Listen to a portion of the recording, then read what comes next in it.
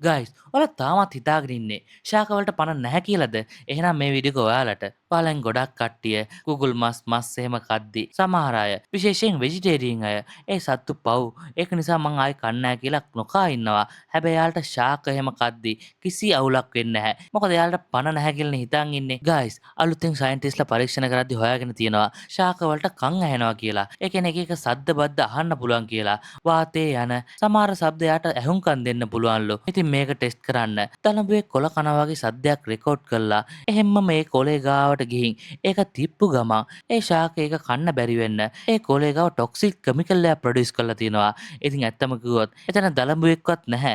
එහෙම තීද්දී සද්දෙට තමයි එයාලා හැවුම්කන් දීලා එහෙම දෙයක් කරලා තියෙන්නේ. ඇත්තටම එහෙම දළඹුවෙක්වත් නැතිකොට කොහොම හරි එතකොට දළඹුවා කණ එක නතර කරයි කියලා හිතලා තමයි එහෙම ටොක්සික් කෙමිකල් එකක් ප්‍රොඩියුස් කරලා තියෙන්නේ. ඒ වගේම පොළොව යටින් පයිප්ලයින් එකක් යනවා කියමුකෝ. ඒක හැවුනොත් ඒ ශාකය මොකද්ද කරන්නේ? ඒ ශාකයේ මුල් වර්ධනය කරන්නේ වතුර ඇහෙන පැත්තට. ඉතින් ඒ විතරක් නෙවෙයි. සමහර හොඳ සවුන්ඩ්ස්, හොඳ ෆ්‍රීකවෙන්සි එකක් තියෙන සවුන්ඩ්ස් ඇහුවොත් ඒ ශාකය හොඳට වැඩෙනවලු. ඒ වගේම නරක සද්ද, ඒ කියන්නේ කනටවත් අහන්න බැරි සද්ද එහෙම ඒ ශාකයට අහන්න දුන්නොත් ඒක හරියට වැඩෙන්නෙත් නැල්ලු. අහන්න විතරක් නෙවෙයි. ඒ ශාක වලට කතා කරන්නත් පුළුවන්ලු. අපි කොහොමද අතපයෙන් කතා කරන්නේ? අන්න ඒ වගේ තමයි. මොකක් හරි ශාකයක කොළයක් එහෙම කැපුවොත් ඒ ශාකයෙන් සවුන්ඩ් ෆ්‍රීකවෙන්සි එකක් එළියට දානවලු. හැබැයි අපේ කන් වලට ඒක අහන්න බෑ. ඒ තරම් අඩු ෆ්‍රීකවෙන්සි එකෙන් තමයි සවුන්ඩ් එක දාන්නේ. ඉතින් මේ වගේ ශාකවල ගොඩාක් දේවල් හොයාගෙන තිනවා.